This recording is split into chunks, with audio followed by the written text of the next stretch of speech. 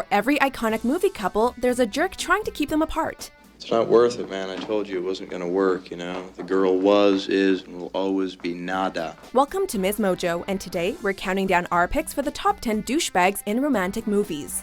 For this list, we're focusing on characters in romantic films that can be considered sleazy, douchey, or just overall assholes. However, we're excluding Disney villains because they're worthy of their own list. For there's no one as burly and brawny. As you see, I've got biceps to spare. Also, since much of their douchebaggery is dependent on significant plot points in these movies, a spoiler alert is in order. Number 10. Steph McKee, Pretty in Pink. Come on, look around you. Would I treat my parents' house like this if my money was any kind of issue? As a member of the so-called Richie kids, Steph's used to getting what he wants. Probably because he's one of those well-dressed, smooth-talking, handsome types who's never met a cigarette he doesn't like. You know, I've been out with a lot of girls at this school. I don't see what makes you so different.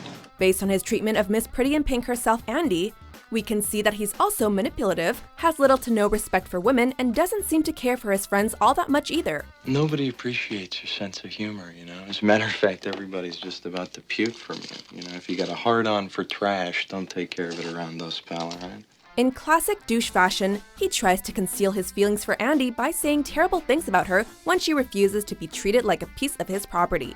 Well, I'm talking about more than sex here. No, you're not. And if bullying and trash-talking people because you're bitter isn't a douche move, we don't know what is. That's it, Steph. She thinks you're shit. And deep down, you know she's right. Number 9. Tybalt Capulet, Romeo and Juliet. Peace be with you, sir. In our first encounter with the villainous Tybalt in Baz Luhrmann's take on Romeo and Juliet, we learn two things. He'll point his gun wherever he wants, and he's clearly using that gun to compensate for something else. Turn thee Benvolio, and look upon thy death. Hey, when your confidence is built on nothing but a firearm and a famous family name, the label douchebag is bound to come up. Oh, and his greased hair, bad attitude, and hopefully ironic, holier-than-thou sleeveless shirt certainly doesn't help. Tybalt can't control his loud mouth or his temper, and perpetuates the family feud between the Capulets and the Montagues for a new generation, which, as you know, causes much woe for his cousin Juliet and her Romeo. The love I bear thee can afford no better term than this. Thou art a villain. Number 8. George Wickham, Pride and Prejudice. Oh, Mr. Wickham, how perfect you are. Turns out, Jane Austen's timeless story contains a timeless douchebag. Mr. Wickham introduces himself as a kind, generous, and suave military man. His handsome facade nearly ruins the Bennet family reputation, however, when he runs off with the youngest daughter, Lydia. Lydia has run away with Mr. Wickham. They are gone from Brighton to Lord knows where. But what we'll never forgive him for is driving a wedge between Elizabeth and Mr. Darcy.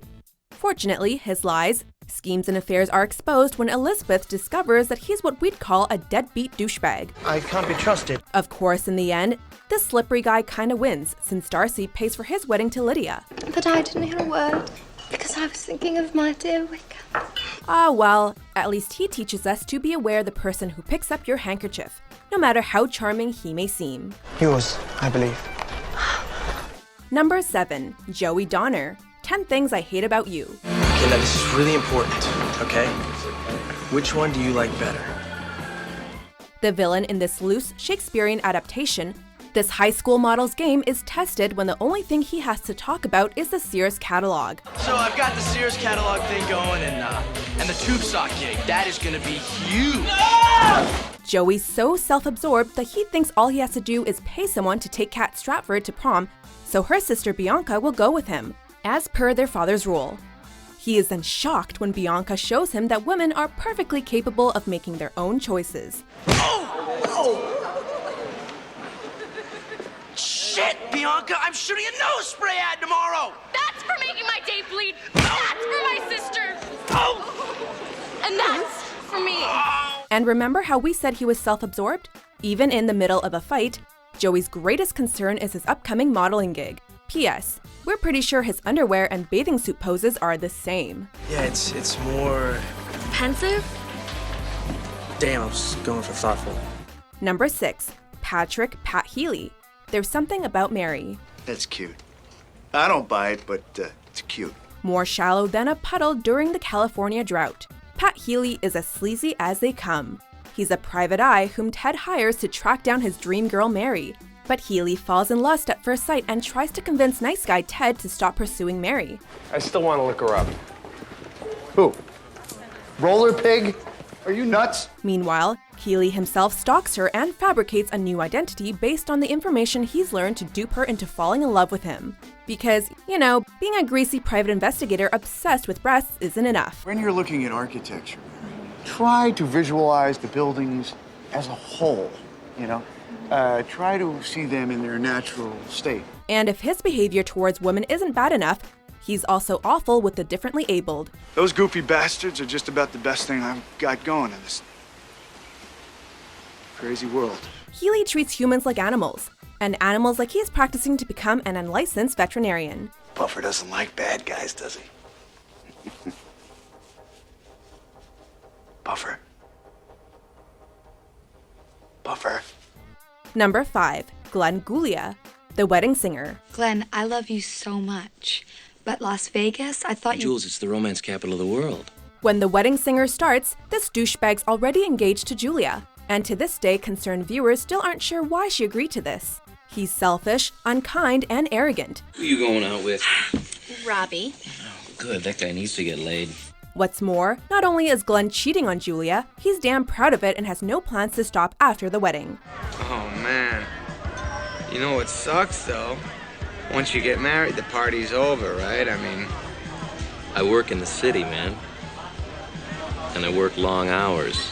All that's bad enough, but his pop-collar, DeLorean-driving douchebag exhibits the true mark of a jerk at his pre-bachelor party when he sucker punches the valiant Robbie in the face, because violence will keep his relationship with Julia together, not, you know, ditching the bimbos and going home to her.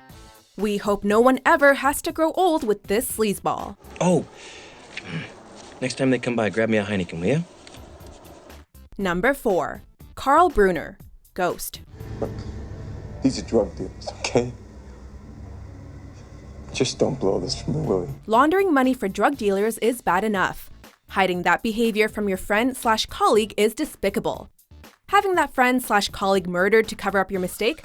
Well, that's douche-tastic. Sam, just stop it! Carl starts off as a normal, nice guy who seems like he's there to comfort Molly after Sam's untimely death. Although he does seem a little too friendly. Why don't you try and get some sleep?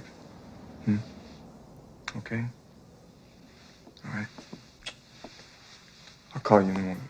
All the while, he's actually obsessively working behind her back to steal Sam's passwords to get the money he needs to save his own skin. Cut her throat. Carl. I swear to God. I'll cut her throat. Eventually, Carl drops the facade, becoming physically and verbally aggressive and even threatening murder, all due to his fixation with power and money. Well, karma's a bitch, Carl. At least he won't be haunting anyone ever again.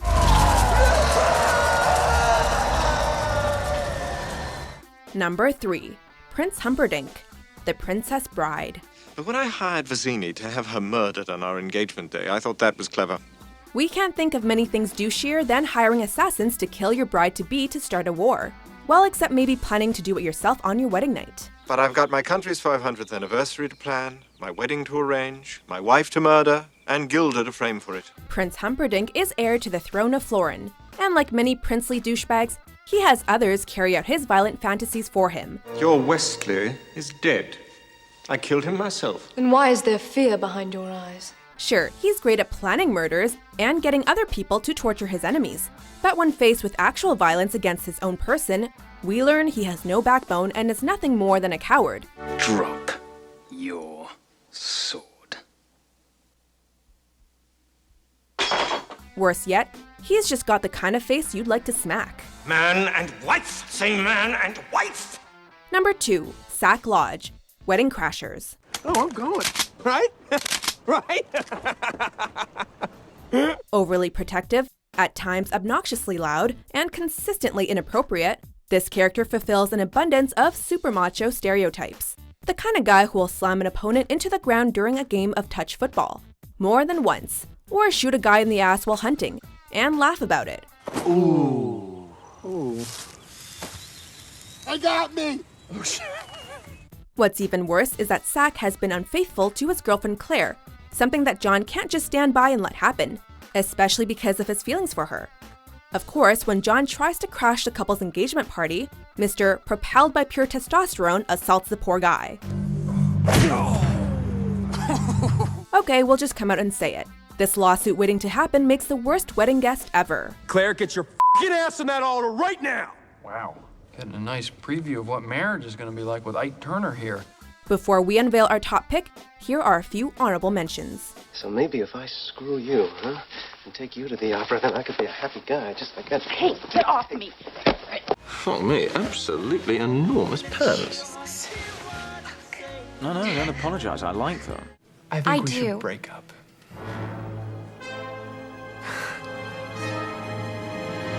What? Well, I've been thinking about it, and I think it's the right thing to do. Number 1. Cal Hockley, Titanic. We'll both have the lamb. Rare with very little mint sauce, eh? You like lamb, right, sweet pea? We're fairly certain the term douchebag didn't exist in his day, but Cal Hockley may be the worst one in film history. You will honor me. You will honor me the way a wife is required to honor a husband. At first, he's portrayed as simply controlling, but his elitism and greed really start to shine when Jack Dawson arrives and threatens his relationship with the beautiful Rose. Are you cold? What, to him? To be a whore, to a gutter rat? I'd rather be his whore than your wife. This tuxedo-wearing egomaniac shows he has the unrestrained jealousy of a toddler when he destroys dinnerware, slapped his betrothed across the face, and indiscriminately opens fire on a sinking ship. However, undoubtedly his biggest douche move, and the one that helps him survive the Titanic, is when he embraces his true selfishness by stealing a child and pretending to be her father to secure a spot on the lifeboat. Douche.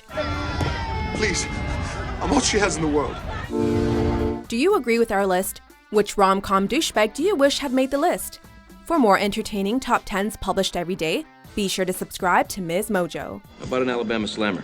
Sounds like a plan. Meet me at the bar. I gotta piss first. Hey, yeah, have a few drinks and, drive home.